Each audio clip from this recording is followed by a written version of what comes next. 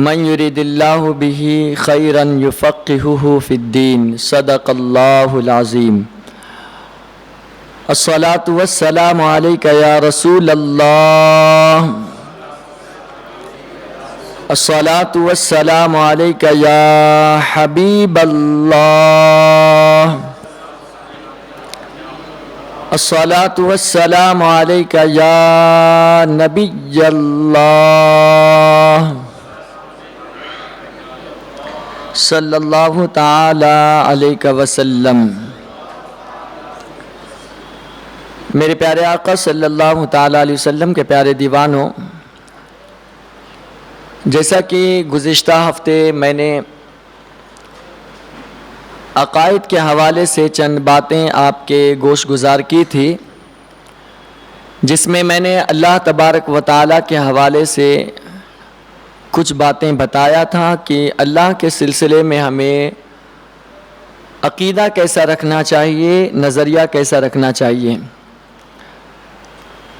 آج جو ہے اللہ کے بعد انبیاء کرام ہے، تو انبیاء کرام کے بارے میں ہمارا نظریہ اور عقیدہ کیسا ہونا چاہیے، اس کے سلسلے میں آپ کو چند باتیں بتانے کی سعادت حاصل کروں گا، اس لیے کہ یہ بظاہر بہت چھوٹی چھوٹی چیزیں ہیں، لیکن عقائد کے اعتبار سے بہت بلند ہیں، اور جب تک کہ انسان ان سیڑھیوں پر قدم نہیں رکھ لے گا وہ انسان مسلمان کامل نہیں ہو سکتا ہے۔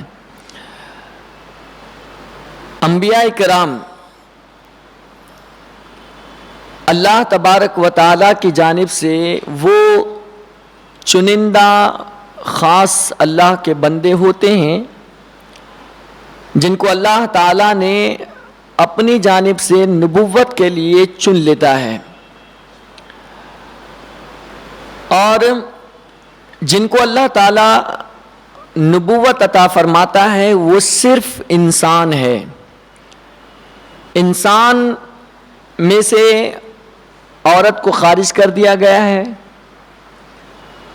اس کے علاوہ جناتوں میں سے کوئی نبی نہیں بن سکتا ہے، یا یہ کہ دیگر مخلوقات میں سے کوئی بھی نبی نہیں ہو سکتا۔ نبی ہونے کے لیے انسان کا ہونا یہ ضروری ہے۔ نبی وہ ہوتے ہیں جن کو اللہ تعالی غیب کی خبریں عطا فرماتا ہے اور وہ لوگوں کے درمیان غیب کی باتیں بتایا کرتے ہیں۔ انبیاء کرام اسے کہتے ہیں کہ جن پر اللہ تعالیٰ کی جانب سے وحی نازل ہوتی ہے اور وہ اللہ کا پیغام جو ہے بندوں تک پہنچایا کرتے ہیں۔ انبیاء کرام کی تعداد جو ہے یہ متعین نہیں ہے۔ ہم کہتے ہیں کہ تقریباً 1,24,000 انبیاء آئے ہیں، لیکن 1,24,000 انبیاء کرام کا متعین کر لینا یہ صحیح نہیں ہے۔ اس کا حقیقی علم اللہ کو ہے یا اس کے رسول صلی اللہ تعالی علیہ وسلم کو ہے۔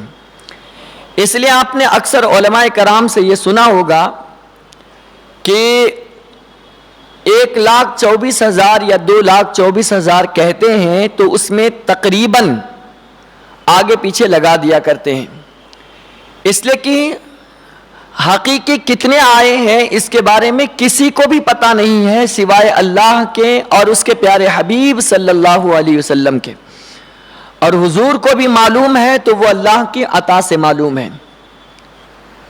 تو انبیاء کرام کی تعداد جو ہے یہ متعین نہیں کرنا چاہیے۔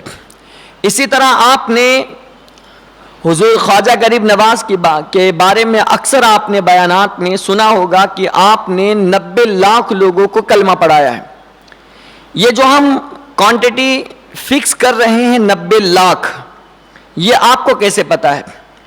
یا کس مورخ کو معلوم ہے کہ 90 لاکھ ہی ہوا ہے، کچھ کم اور کچھ زیادہ نہیں ہوا ہے؟ کیسے پتا ہے؟ تو اسی لیے شریعت کا مسئلہ یہ ہے کہ اس سلسلے میں آپ تقریباً لگا دیں یا کم و بیش کا لفظ استعمال کرے، یہ درست ہے، لیکن یہ متعین کر دینا کہ اتنا ہی ہے، یہ آپ کو کیسے خبر ہوا؟ الہام تو نہیں ہو سکتا ہے۔ کوئی مورخ جب کتاب لکھتا ہے یا تاریخ بیان کرتا ہے تو وہ حالات کو سامنے رکھ کر کے بیان کرتا ہے، اور خبر جس کو کہا جاتا ہے وہ خبر جو ہے محتمل صدق و کذب ہوا کرتا ہے۔ خبر کے اندر سچائی اور جھوٹ کا دونوں کا پہلو پایا جاتا ہے۔ ہر خبر سچا نہیں ہوتا ہے اور ہر خبر جھوٹا بھی نہیں ہوتا ہے۔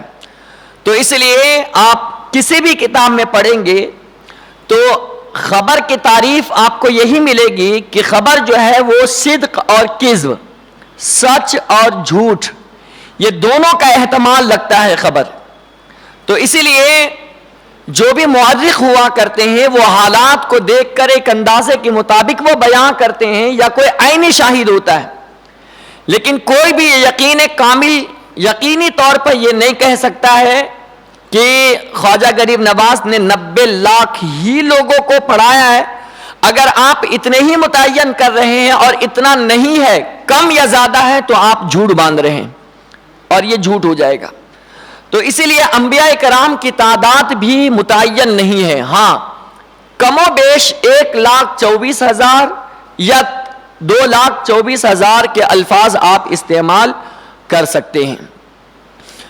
قرآن مقدس میں تقریباً 25 انبیاء کرام کے نام بیان ہوا ہے، اور کچھ جو ہے احادیث طیبہ میں انبیاء کرام کے نام ان کے علاوہ بیان ہوا۔ سارے انبیاء کرام کا ذکر قرآن مقدس میں موجود نہیں ہے۔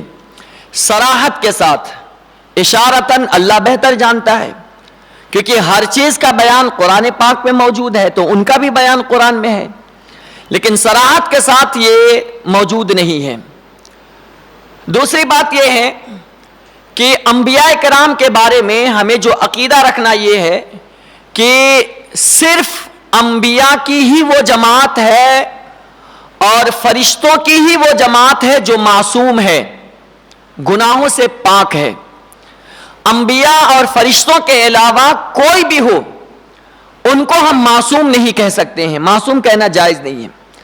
عقائد کی کتاب آپ جتنی بھی پڑھیں گے، چاہے عقائد نسفی پڑھے، شرح عقائد نسفی پڑھے، یا یہ کہ اس کے علاوہ جتنی بھی کتابیں ہیں عقائد پر مشتمل ہے، آپ ساری کتابیں پڑھ کے دیکھ لیجئے۔ عقائد کے باب میں انبیاء کے حوالے سے یہ تعریف آپ کو ضرور ملے گا، ان الانبیاء کلہم معصومون عن الخطاء عن الصغیرۃ وعن الکبیرۃ قبل النبوۃ وبعد النبوۃ، کہ جتنے بھی انبیاء ہیں ان الانبیاء کلہم معصومون، کہ تمام انبیاء کرام جو ہے وہ معصوم ہیں، عن الخطا، خطا سے معصوم ہیں، عن الصغیرۃ وعن الکبیرۃ، چاہے چھوٹے گناہ ہو چاہے بڑے گناہ ہو، اللہ ہر گناہ سے ان کو پاک رکھتا ہے۔ اور آگے جو ایک لفظ پیش کیا گیا ہے اس نے تو سارا مسئلہ یہ ختم کر دیا اور کہا قبل النبوۃ و بعد النبوۃ، کہ نبوت سے پہلے بھی وہ گناہ سے پاک ہوتے ہیں اور نبوت عطا ہونے کے بعد، اعلان کے بعد بھی وہ گناہ سے پاک رہا کرتے ہیں۔ ان کی طرف گناہ کی نسبت کرنا یہ صرف جہالت پر مبنی ہے یا یہ کہ عقائد درست نہ ہونے کی دلیل ہے؟ اب رہ گیا مسئلہ جو انبیاء کرام سے بظاہر جو ہم کو معلوم ہوتے ہیں کہ یہ خطا ہے، یہ غلطی ہے، یہ گناہ ہے، تو کیا ہم ان چیزوں کو گناہ تصور کر سکتے ہیں یا نہیں کر سکتے ہیں؟ گناہ کہہ سکتے ہیں یا نہیں کہہ سکتے ہیں؟ تو یہ چیزیں آپ خاص طور سے دھیان میں رکھیے۔ کوئی بھی نبی اپنے لیے جو الفاظ انہوں نے استعمال کیا ہے وہ الفاظ ہو بہو دہرانا یہ ہمیں حق نہیں ہے۔ جیسے حضرت یونس علیہ السلام نے کہا تھا کہ اللہ اگر تو مجھے معاف نہیں کرے گا تو میں ظالموں میں سے ہو جاؤں گا، تو پاک ہے اور میں ظالموں میں سے ہوں۔ لفظ ظالم کا آیا ہے، لا الہ الا انت سبحانک انی کنت من الظالمین، تو یہاں لفظ ظالم آیا ہے۔ تو کیا حضرت یونس علیہ السلام کو جو قرآن میں لفظ ظالم کا لفظ انہوں نے اپنے لیے استعمال کیا ہے، کیا ہم بھی کہہ سکتے ہیں؟ جی بالکل نہیں کہہ سکتے ہیں۔ جو شخص وہ لفظ چونکہ انہوں نے اپنے رب کی بارگاہ میں بطور عاجزانہ جو ان کے اعتبار سے جو غلطی ان کو لگ رہی تھی اس اعتبار سے انہوں نے رب کی بارگاہ میں عاجزی دکھائی ہے، لیکن یہ حق ہم کو نہیں پہنچتا ہے کہ ہم جو ہے اس نبی کو حضرت یونس کو ہم ظالم سے پکارے یا ظالم ان کو کہیں. بات سمجھ میں آ رہی ہے؟ اسی طرح سیدنا آدم علیہ السلام نے جو جنت میں یا تو انگور کا خوشہ لے لیا تھا یا یہ کہ گندم آپ نے استعمال کر لی تھی، تو لوگ کہتے ہیں کہ حضرت آدم سے گناہ ہو گیا. یہ صریح توہین ہے حضرت آدم علیہ السلام کی.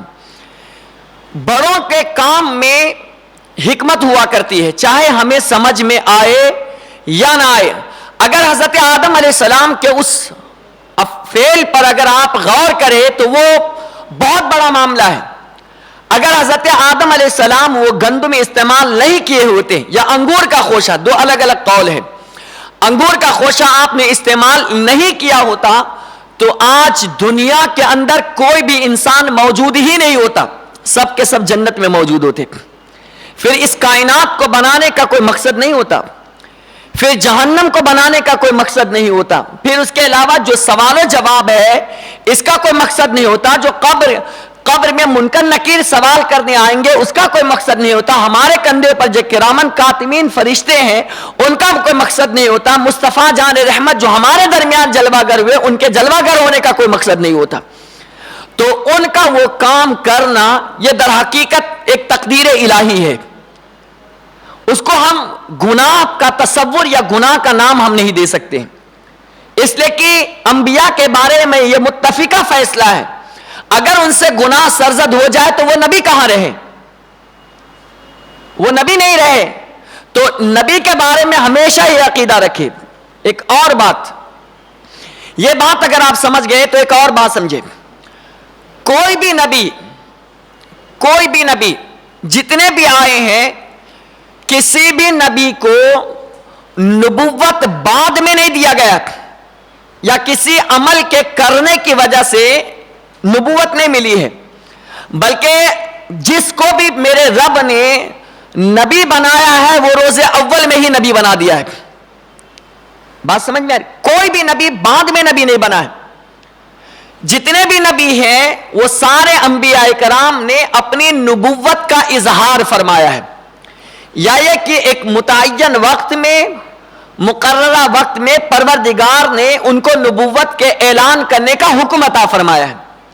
اس لیے کہ اکثر آپ لوگ سنتے ہوں گے وہابیوں کے زبان سے، کیونکہ وہ بدتمیز تو ہوتے ہیں، جب ہمیں اور آپ انبیاء کرام کو وہ نہیں چھوڑتے ہیں تو ہم اور آپ کون ہوں گے؟ ان لوگوں کا یہ نظریہ ہے کہ معاذ اللہ میرے نبی پاک علیہ السلام کے بارے میں کہ وہ کہتے ہیں کہ حضور کو 40 سال کے بعد جو ہے نبوت دیا گیا ہے. معاذ اللہ رب العالمین. کیا یہ آپ کو کسی بھی اینگل سے یہ صحیح لگتا ہے کیا؟ کسی بھی اینگل سے؟ حضرت عیسیٰ علیہ السلام کے بارے میں آپ نے سنا ہوگا اور پڑھا بھی ہوگا، اگر آپ پڑھتے ہوں گے تو جب آپ پیدا ہوئے تھے، جبکہ حضرت عیسیٰ علیہ السلام وہ پیغمبر ہے جب اللہ تبارک و تعالی نے ان کو پیدا فرمایا تھا تو پیدا ہوتے ہی آپ نے جب ان کی والدہ ان کے قوم میں لے کر کے آئی تو اللہ نے حکم دے دیا تھا کہ اے مریم تم لوگوں سے کہہ دینا کہ میں روزہ رکھی ہوں، چپ رہنے کا، میں بات نہیں کروں گی، اور جو کچھ کہنا ہے بچے سے کہلوا دینا. فاشارت الیہ. تو حضرت مریم رضی اللہ تعالی عنہا نے حضرت عیسیٰ کی طرف اشارہ کر دیا تو ان لوگوں نے کہا قالوا کیف نکلم من کان فی المہد صبیا، کہ ہم اس بچے سے کیسے گفتگو کر سکتے ہیں جو ابھی گہوارے میں ہے، گود میں ہے، ابھی تو کھیلنے میں ہے. تو اس وقت ماں کے گود میں رہ کر ایک ہاتھ گال پر آپ نے رکھا، ابھی بچے ہیں حضرت عیسیٰ علیہ السلام، اور آپ جواب دیتے اللہ نے بولنے کی صلاحیت دی. تو آپ فرماتے قال انی عبد اللہ، اے لوگوں سنو میں اللہ کا بندہ ہوں. کیا فرمایا؟ میں اللہ کا بندہ ہوں. اور فرمایا آتانی الکتاب، اللہ نے مجھے کتاب عطا فرمائی ہے. آپ مجھے بتائیے جس وقت حضرت عیسیٰ علیہ السلام ماں کے گود میں تھے تو کیا اللہ نے ان کو کتاب دے دی تھی؟ ان کے ہاتھ میں کتاب تھی؟ ان کے ہاتھ میں کتاب نہیں تھی، پھر انہوں نے کیسے کہا کہ اللہ نے مجھے کتاب عطا کی؟ اور دوسری بات دیکھیے آگے جو جملہ استعمال فرمایا وَجَعَلَنِي نَبِيًّا، اور اللہ نے مجھے نبی بنا کر کے مجھے بھیجا ہے۔ تو حضرت عیسیٰ علیہ السلام پیدائشی نبی، اور پیدائشی طور پر اللہ نے ان کو کتاب کا وعدہ بھی فرما لیا، اس لیے آگے ان کو کتاب ملنے والی ہے۔ آگے کی خبر حضرت عیسیٰ علیہ السلام بچپن میں ہی عطا فرما رہے ہیں۔ تو یہاں دو باتیں سمجھ میں آتی ہیں، ایک بات تو یہ ہے کہ نبی جو ہوتا ہے وہ آگے کی خبر بتاتا ہے، دوسری بات یہ ہے کہ نبی جو ہوتا ہے وہ پیدائشی نبی ہوتا ہے، بعد میں نبی نہیں ہوتا ہے۔ حضرت عیسیٰ علیہ السلام جو ہمارے نبی کے غلام ہیں، جب انہوں نے اپنی قوم میں یہ بشارت دی تھی کہ لوگوں تمہارے، ایک عورت تھی بڑھیا، اس نے حضرت عیسیٰ کے کام کو دیکھ کر بہت تعریف کی، خوش ہو گئی، تو اس نے کہا کہ آپ کتنے اچھے ہیں، اور آپ کے جیسا تو اس کائنات میں کوئی آیا ہی نہیں ہے اور کوئی آ ہی نہیں سکتا ہے۔ یہ جملہ جب حضرت عیسیٰ علیہ السلام کے لیے اس بڑھیے نے استعمال کی تو حضرت عیسیٰ پلٹ کر کے جواب دیتے ہیں اور کہتے ہیں دائی یہ مت کہیں کہ میرے جیسا میرے بعد بھی کوئی نہیں ہوگا، بلکہ میرے بعد تو ایک ایسا آنے والا ہے جس کو قرآن میں اللہ نے بیان کیا وَمُبَشِّرًا بِرَسُولٍ يَأْتِي مِن بَعْدِ اسْمُهُ احمد، جس کی میں بشارت دیتا ہوں اس کا نام جو ہے وہ احمد ہوگا، اور وہ اتنی شان والا ہوگا، اتنی شان والا ہوگا کہ مجھ عیسیٰ بن مریم کو جب وہ اپنے گھر سے نکل رہے ہو اور جو نالین پہن رہے ہو اس میں تسمہ باندھنے کا شرف اور موقع اگر مجھ عیسیٰ بن مریم کو مل جائے تو میں اپنی قسمت پر ناز کروں گا۔ وہ ایسے پیغمبر آئیں گے۔ جب ایسے پیغمبر کو اللہ تعالیٰ پیدائشی نبی بنا سکتا ہے تو جو امام الانبیاء ہے کیا اللہ ان کو 40 سال کے بعد نبوت دے گا؟ تو جو یہ عقیدہ رکھتے ہیں معاذ اللہ کہ حضور پاک علیہ السلام 40 سال کے بعد ان کو نبوت عطا کیا گیا ہے، وہ صریح گمراہی پر ہے، وہ انسان گمراہ ہے، وہ انسان پکا مسلمان نہیں ہے، اس کا عقیدہ صحیح نہیں ہے، اس کا نظریہ صحیح نہیں، اس لیے کہ ہر نبی کو جو نبوت بھی عطا کیا گیا ہے وہ میرے مصطفیٰ کے صدقے میں عطا فرمایا گیا ہے۔ یا آپ توجہ کے ساتھ سنیے، یہ چیز ہو گئی، ہر نبی پیدائشی نبی ہوتا ہے، کسی بھی نبی کو بعد کے عمر میں نبوت نہیں دی جاتی ہے، نبوت کے اعلان کا حکم دیا جاتا ہے۔ دوسری بات یہ ہے کہ کوئی بھی انسان عمل کر کے، نفل پڑھ کر کے، عبادت ریاضت کر کے، تسبیح پڑھ کر کے نبوت کا مقام نہیں حاصل کر سکتا ہے، ولی بن سکتا ہے، کیونکہ حضور پاک کی حدیث ہے کہ نوافل کی کثرت کی وجہ سے میرا دوست ہو جاتا ہے، اللہ نے فرمایا ہے، اور اتنا قریب ہو جاتا ہے مجھ سے کہ میں اس کی آنکھیں بن جاتا ہوں جس سے وہ دیکھتا ہے، زبان بن جاتا ہوں جس سے وہ بولتا ہے، کان ہو جاتا ہوں جس سے وہ سنتا ہے۔ صحیح حدیث ہے، بخاری شریف کی ہے۔ تو یہ اولیاء کرام کے بارے میں ہے، لیکن کوئی بھی انسان عمل کے ذریعے سے یہ چاہے کہ میں نبی بن جاؤں، یہ امپاسبل ہے، یہ نہیں ہو سکتا۔ جتنے بھی نبی ہیں وہ رب کی طرف سے انتخاب ہوتے ہیں، انتخاب شدہ ہوتے ہیں، منتخب شدہ ہوتے ہیں۔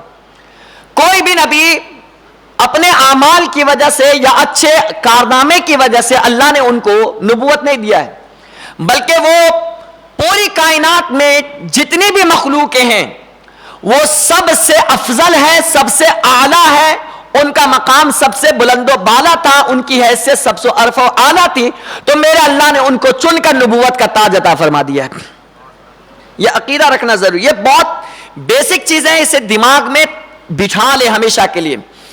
اس کے علاوہ انبیاء کرام جتنے بھی تشریف لے کر کے آئے ہیں، کسی کے لیے حقیر، کسی کے لیے کمتر، کسی کے لیے گھٹیا یا کوئی ایسا لفظ جس سے انبیاء کرام کی توہین ہوتی ہو، یہ بھی کہنا جائز نہیں ہے۔ بہت سارے خطبہ کو آپ نے دیکھا ہوگا اور کہ ہمارے حضور پاک علیہ السلام کی عظمت کو بیان کرتے کرتے وہ دوسرے انبیاء کرام کو ایسا پیش کرتے ہیں گویا کہ ان کی کوئی حیثیت نہیں ہے۔ اکثر آپ نے سنا بھی ہوگا اور لوگ کرتے ہیں، خطیب حضرات اکثر کرتے ہیں. تو اس طرح حضور پاک علیہ السلام کی تعریف بیان کرتے کرتے کسی نبی کو حضور کے مقابلے میں لانا اور ان کو ایسا کمتر ظاہر کرنا کہ کچھ نہیں ہے، یہ توہین ہے، یہ توہین ہے. اسی طرح جبریل علیہ السلام کی بھی توہین کرنا، یہ بھی جو ہے یہ بھی کفر کی نشانی ہے. اس لیے کہ اللہ تبارک و تعالی نے ان سب کو اپنی اپنی جگہ ان کو ایک مقام عطا فرمایا ہے. ہر ایک کی حیثیت ہے، ان کی حیثیت کے حساب سے، ان کے مقام کے حساب سے، ان کے رتبے کے حساب سے ان کی تعظیم ہم پر فرض ہے. ساتھ ہی ساتھ جو شخص حضور کا امتی ہے اس پر لازم ہے کہ وہ سارے انبیاء کرام کا احترام کرے. کسی بھی نبی کی توہین کرنا یہ جائز نہیں ہے. اگر کوئی شخص یہ کہے کہ میں حضور کا امتی ہوں، میں کسی اور نبی کو نہیں مانوں گا، تو وہ مسلمان نہیں رہے گا. کیونکہ آپ ایمان مفصل پڑھتے ہیں نا، آمنت باللہ وملائکتہ وکتبہ ورسلہ والیوم الآخر، میں ایمان لایا اللہ پر، اس کے فرشتوں پر، اس کی کتابوں پر اور اس کے رسولوں پر. اور رسول میں تنہا حضور نہیں ہے بلکہ سارے جتنے رسول ہیں سب پر ایمان لانا ضروری ہے، یہ عقیدہ رکھنا ضروری ہے. کسی بھی نبی کی توہین کسی بھی لفظ سے جائز نہیں ہے. جو شخص کسی نبی کی توہین کرے گا وہ انسان مسلمان نہیں رہے گا، وہ انسان دائرے اسلام سے خارج ہو جائے گا. ہر نبی کی تعظیم ہر حال میں یہ فرض ہے، فرض ہے، فرض عین ہے، اس کا خیال رہنا چاہیے. دوسری بات، کوئی بھی نبی کمتر نہیں ہوتا ہے. یہ اور بات ہے کہ انبیاء کرام کے درجات میں فرق ہوتے ہیں، انبیاء کرام کے درجات میں فرق ہوتے ہیں، لیکن وہ فرق جو ہوتا ہے وہ ان کے اعتبار سے ہوتا ہے، ہمارے اعتبار سے نہیں. تلک الرسل فضلنا بعضهم علی بعض، کہ یہ وہ رسولیں ہیں جن کو اللہ فرماتا ہے کہ ہم نے بعض کو بعض پر فضیلت عطا فرمائی ہے. لیکن ایک کا مقام بلند کرتے ہوئے دوسرے کو گھٹانا یہ بھی جائز نہیں ہے. ہر ایک کی حیثیت کو ان کے حساب سے اور اس پر ایمان لانا ہر مسلمان پر لازم اور ضروری ہے. اس کے علاوہ جتنے بھی انبیاء کرام تشریف لے کر کے آئے ہیں سب کو اللہ تعالی نے غیب کی خبر دینے کی صلاحیت اللہ دے کر کے ان کو بھیجا ہے. کیونکہ نبی کا معنی ہی ہوتا ہے غیب کی خبر دینے والا. تفسیر کبیر میں اس کی تشریح آپ اٹھا کر کے دیکھ سکتے ہیں. بہت مفکرین اور محدثین نے اس پر لمبی چوڑی بحث کی ہے، میں اس بحث کی طرف نہیں جاتا، سرسری طور پر آپ کو عقیدہ بتا رہا ہوں کہ نبی جو ہوتا ہے وہ اللہ کی عطا سے، اللہ کے دینے سے وہ غیب کی خبریں جان کر کے وہ لوگوں کو بتانے والے ہوتے ہیں. یہ ہمیشہ دھیان میں رکھیے گا. جتنے بھی نبی آتے ہیں ان میں کوئی بھی نبی آئے ہیں اب تک کے، ان میں کوئی بھی مجبور محض بنا کر کے نہیں بھیجے گئے. اللہ نے سب کو صاحب اختیار، پاور والا بنا کر کے بھیجا. ان کے پاس جو کچھ بھی نعمتیں ہوتی تھی وہ سب اللہ کی دی ہوئی ہوتی تھی، اور ان نعمتوں پر اللہ نے ان کو اختیار دیا ہوتا تھا. وہ جب چاہے، جس وقت چاہے اور جسے چاہے وہ عطا فرما دیا کرتے تھے. سمجھ میں آئی بات؟ یہ اللہ کی عطا سے، لیکن نعمتیں ہوتی ہے رب کی ہی. وہ مال، وہ پرائرٹی، وہ اختیارات وہ سب رب کی طرف سے ہوتے ہیں، لیکن اللہ اس پر مالک بنا کر کے ان کو بھیجتا ہے. جنت کا حقیقی مالک ہے میرا رب، لیکن اس کا اختیار اللہ نے میرے مصطفیٰ کو عطا فرما دیا. اب وہ جسے چاہے جنت میں داخلہ دے، جسے چاہے جنت سے نکال دے، یہ حضور کے اختیار میں. سمجھ میں آئی بات؟ تو کوئی بھی نبی مجبور محض بن کر کے نہیں آیا ہے کہ وہ کچھ نہیں کر سکتے ہیں. اگر وہ مجبور محض بن کر کے آئے تو ہم میں اور ان میں فرق کیا رہے گا؟ ہم میں ان میں فرق کیا رہے؟ لیکن آپ پھر بھی غور کریں تو آپ کو بھی اللہ نے محتاج اور مجبور محض بنا کر کے نہیں بھیجا ہے. آپ کو بھی اللہ نے صاحب اختیار دیا ہے. آپ کے سامنے اچھی چیزیں بھی رکھ دی ہے اور آپ کے سامنے بری چیزیں بھی رکھ دی ہے، اور آپ کو صاحب اختیار بنایا ہے اور آپ کو آپ کے حال پر چھوڑا ہے اور کہا ہے کہ تمہاری مرضی ہے، تم صحیح راستہ اختیار کرو گے تو میرے حبیب کے ساتھ جنت میں جاؤ گے، اور برا راستہ اختیار کرو گے تو قارون فرعون حامان کے ساتھ جہنم میں جاؤ گے. تو ہم کو بھی اللہ نے مجبور محض بنا کر کے نہیں بھیجا کہ میری قسمت میں جو لکھا ہے، اللہ نے جو لکھ دیا ہے اب وہی ہو سکتا ہے، اس کے علاوہ کچھ بھی نہیں ہو سکتا ہے.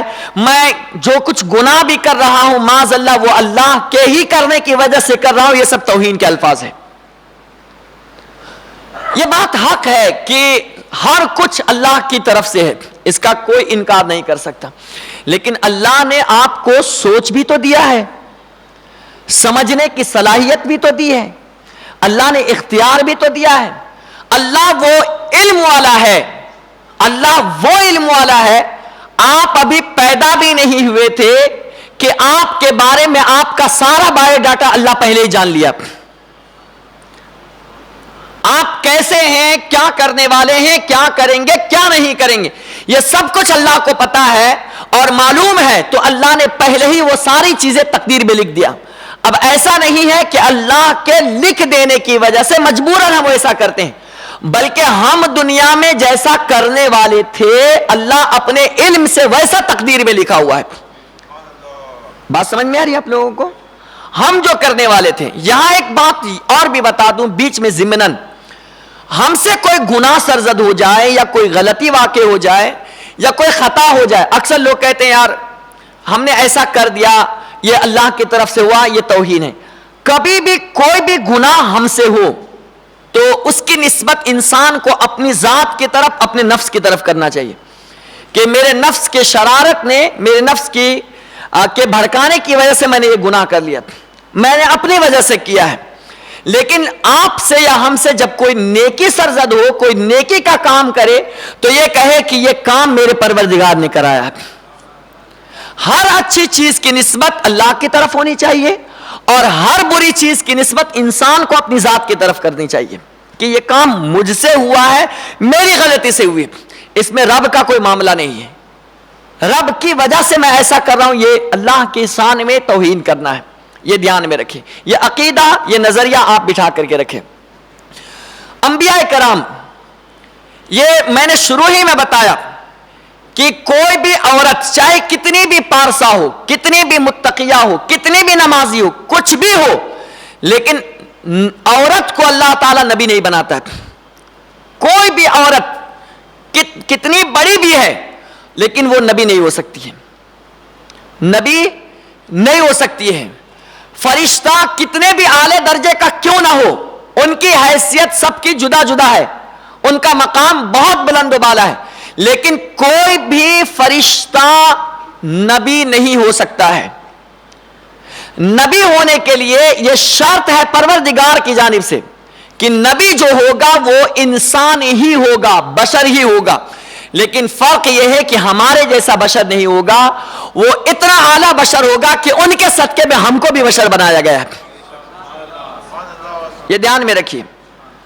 جو قرآن میں، اور یہاں ایک بات یہ بھی بتا دوں، حضور پاک علیہ الصلاۃ والسلام کے لیے جو قرآن مقدس میں لفظ بشر کا لفظ آیا ہے نا، میں نے خود اپنے کان سے ایک بد مذہب کے زبانی میں نے سنا کہ وہ ظالم حضور کے بارے میں یہ کہہ رہا تھا وہ ہماری ہی طرح تو بشر ہے. قرآن میں لکھا ہوا ہے، سورہ کہف کی آخری آیت ہے، قل انما انا بشر مثلکم یوحی الی، کہ اے محبوب تم کہہ دیجئے میں تمہاری ہی طرح بشر ہوں مگر مجھ پر وہی آتی ہے. تو مثلکم کو لے کر کے وہ شخص جو ہے حضور کو اپنی طرح بشر بتا رہا تھا، لیکن وہ تھوڑا سا، بلکہ اسی آیت کے آگے والے ٹکڑے کو اگر وہ پڑھ لیتا نا تو وہ ظالم کبھی بھی حضور کو اپنے جیسا نہیں کہتا. کیونکہ قرآن میں جتنی بھی آیتیں ہیں ہر آیت کے اترنے کا کوئی نہ کوئی مقصد ہے، کوئی نہ کوئی ریزن ہے، کوئی نہ کوئی سبب ہے. بلا وجہ کوئی بھی قرآن کی آیت نہیں آئی ہوئی ہے. سمجھ میں آئی بات؟ یہ جو آیت ہے قل انما انا بشر مثلکم یوحی الی انما الہکم الہ واحد فمن کان یرجو لقاء ربہ فلیعمل عملا صالحا ولا یشرک بعبادت ربہ احدا. اس آیت کا پس منظر آپ دیکھیں گے جس کو شان نزول کہا جاتا ہے، نازل ہونے کی وجہ کیا ہے، کیوں یہ آیت اتری ہے. اس کی وجہ یہ تھی کہ میرے نبی پاک علیہ السلام کو اللہ نے غیب کی خبر دے کر کے بھیجا ہے. صاحب غیب بنا کر کے بھیجا ہے۔ تو حضور پاک علیہ الصلوۃ والسلام کرتے کیا تھے کہ کوئی بھی معاملہ ہوتا تھا آپ حضور بتا دیتے تھے، کوئی بھی بات ہوتی تھی معاملہ حل فرما دیا کرتے تھے۔ تو اس زمانے میں کچھ ایسے لوگ تھے جو انسانوں سے وہ کام ممکن نہیں تھا، تو ان لوگوں نے اپنے بھی اور غیر بھی، ان لوگوں کے دماغ میں یہ بات بیٹھی کہ یہ عادتیں اور یہ خوبیاں تو صرف اللہ کی ہوتی ہے، انسان کے بس میں تو ہے نہیں۔ تو کچھ لوگوں نے معاذ اللہ حضور پاک علیہ السلام کو خدا کہنا شروع کر دیا تھا۔ کیا کہنا شروع کر دیا تھا؟ خدا کہنا شروع کر دیا تھا۔ تو حضور پاک کے خدا ہونے کی نفی کے لیے کہ حضور جو ہے وہ خدا نہیں ہے بلکہ وہ تمہارے درمیان میں رہنے والے وہ بشر ہی ہے، اس کے جواب میں آیت اتری تھی، اور اس کو یہ ظالم لوگ جو ہے نا اپنے برابری کے لیے فٹ کر لیتے ہیں۔ اسی میں آپ دیکھ کر پڑھیے، قل انما انا بشر مثلکم یوحا الی انما الہکم الہ واحد، کہ در حقیقت تمہارا خدا جو ہے وہ ایک ہی خدا ہے، محمد صلی اللہ علیہ وسلم یہ تمہارے خدا نہیں ہے، تمہارا خدا تو صرف پروردگار ہے۔ اور آگے فرمایا فمن کان یرجو لقاء ربہ فلیعمل عملا صالحا، تو تم میں سے جو شخص یہ چاہے کہ وہ اپنے رب سے ملاقات کرے، فلیعمل عملا صالحا، اسے چاہیے کہ وہ نیک کام کرے، ولا یشرک بعبادت ربہ احدا، اور اپنے رب کے ساتھ کسی اور کو شریک نہ کرے، کیونکہ رب کا شریک حضور بھی نہیں ہے، تو کوئی باطل خدا اور کیسے ہو سکتا ہے؟ تو حضور کے خدا ہونے کی نفی کی گئی ہے اس میں، یہ نہیں کہ آپ کو یہ کہنے کا اختیار دیا گیا کہ تم بھی حضور کو اپنی طرح کہو۔ کہیں نہیں بتا سکتا ہے، کتنا بڑا بھی کوئی کیسا بھی ہو، یہ حضور کے بارے میں یہ ثابت کر ہی نہیں سکتا ہے کہ اللہ نے یہ کہا ہو کہ حضور کے بارے میں تم یہ کہو کہ یہ تمہاری طرح بشر ہے، کہیں نہیں فرمایا ہے۔ تو بات سمجھ میں آئی؟ نبی جتنے بھی ہوتے ہیں وہ سب کیا ہوتے ہیں؟ بشر ہی ہوتے ہیں، یہ عقیدہ رکھنا ضروری ہے، بشر ہی ہوتے ہیں، کوئی بھی نبی غیر بشر نہیں ہے، کوئی بھی نبی، سارے نبی بشر بن کر کے آئے ہیں۔ ہاں یہ اور بات ہے کہ اللہ جس نبی کو چاہے ایک صفت کے علاوہ ہزاروں صفتیں عطا فرما دے۔ میرے نبی پاک علیہ السلام کو اللہ نے جس طرح بشر بنا کر کے بھیجا ہے، اسی طرح میرے اللہ نے میرے حبیب پاک علیہ السلام پروردگار نے حضور پاک علیہ السلام کو نور بنا کر کے بھی بھیجا، اور قرآن میں آیت بھی اتار دی، قد جاءکم من اللہ نور و کتاب مبین۔ سمجھ میں آئی بات؟ یہاں ایک بہت سارے لوگ لمبی چوڑی بحثیں اور اعتراضات اور لڑتے جھگڑتے ہیں، اگر یہی وقت وہ کچھ وظیفے پڑھ لیتے ہیں یا اللہ کی تسبیحات پڑھ لیتے تو اس میں ان کو ثواب بھی مل جاتا، لیکن بلا وجہ کے جھنجٹ میں پڑتے ہیں اور کہتے ہیں کہ جو بشر ہوگا وہ نبی نہیں ہو سکتا، اور جو بشر ہوگا وہ نور نہیں ہو سکتا، اور جو نور ہوگا وہ بشر نہیں ہوتا۔ میں ان سے ایک سوال پوچھنا چاہتا ہوں، جبریل علیہ الصلوۃ والسلام کیا ہے؟ نور ہے نا؟ بتائیے کیا ہے؟ حضرت جبریل امین حضور کی بارگاہ میں جو آتے تھے وہ نور بن کر کے آتے تھے یا بشر بن کر کے آتے تھے؟ کیا بن کر کے آتے تھے؟ نور بن کر کے آتے تھے؟ پتہ ہے آپ لوگوں کو؟ حضور پاک علیہ السلام کی بارگاہ میں اکثر و بیشتر جب بھی آپ آئے، ایک صحابی ہے جن کا نام ہے حضرت دحیہ کلبی، یہ بہت خوبصورت صحابی تھے، بہت خوبصورت صحابی تھے۔ تو جب بھی جبریل امین کو حضور کے پاس آنا ہوتا تھا، اور تقریباً کتنی مرتبہ آئے ہیں وہ تو معلوم ہی ہوگا، 24,000 سے زیادہ مرتبہ حضور کی خدمت میں تشریف لائے ہیں حضرت جبریل علیہ السلام، 24,000 سے زیادہ جب بھی آئے ہیں، اکثر و بیشتر حضرت جبریل علیہ السلام حضرت دحیہ کلبی کی صورت اختیار کر کے بشر بن کر کے حضور کی بارگاہ میں آئے۔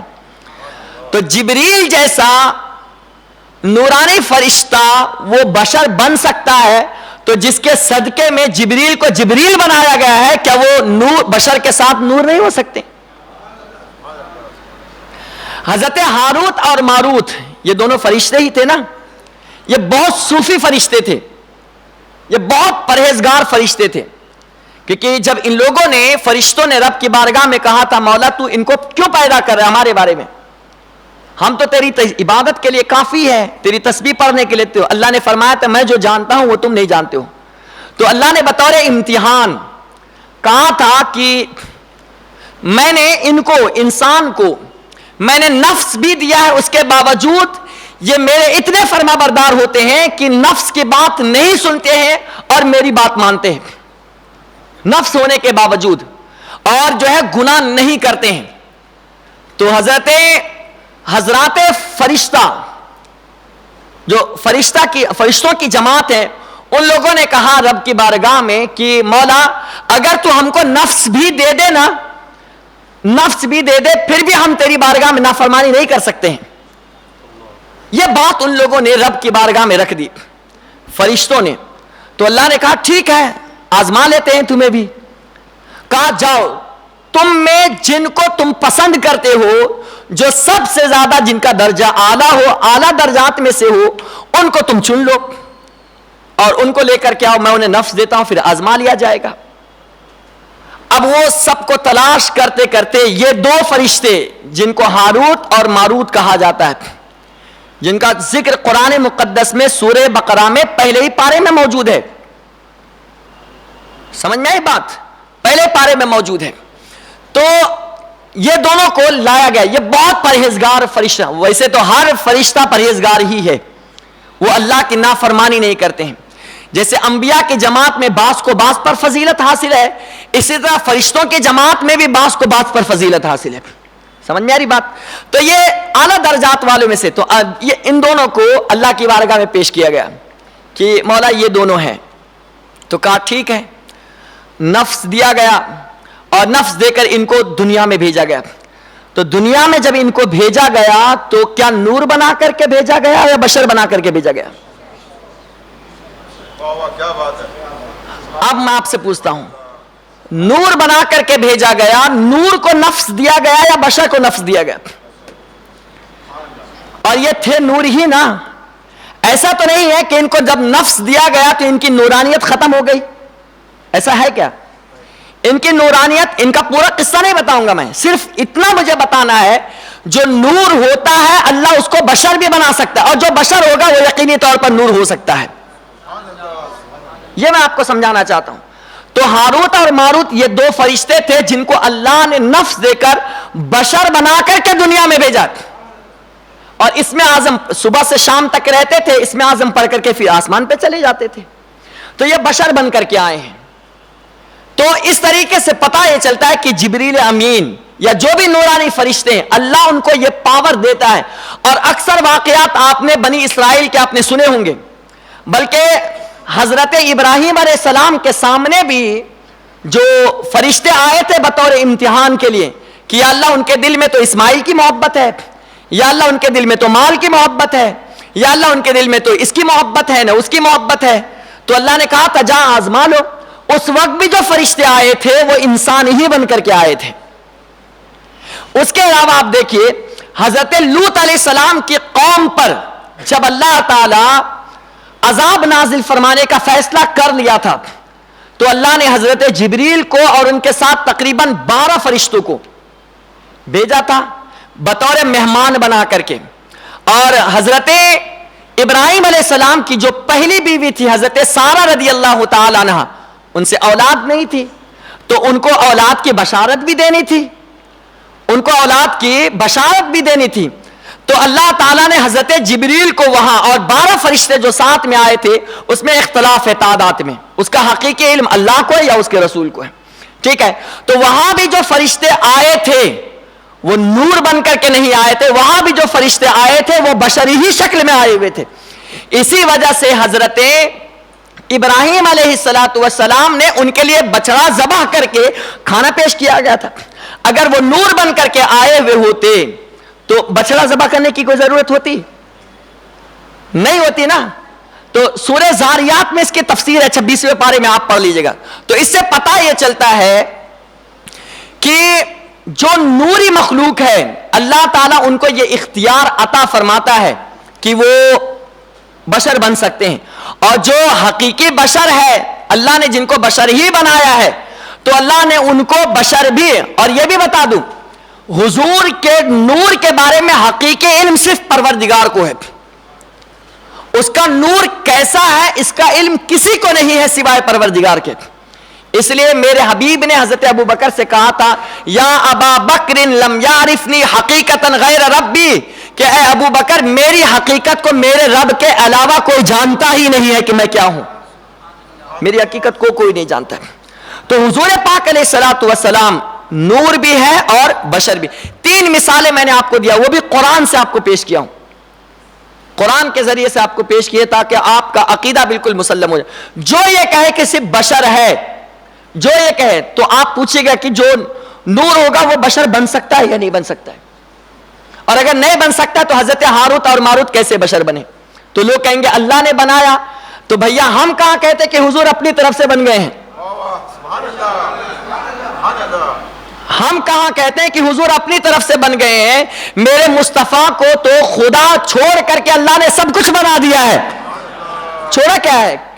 خدا کا منصب چھوڑ کر کے جتنے بھی منصب ہے وہ سارا منصب اللہ نے حضور کو عطا, اور اتنا ہی نہیں دیا بلکہ اتنا کر دیا کہ سب کچھ دینے کے باوجود یہ فرمایا کہ اے حبیب تم خدا تو نہیں ہو سکتے, لیکن اب جہاں جہاں میرا نام لیا جائے گا میرے نام کے ساتھ ساتھ تمہارا نبی نام لیا جائے گا.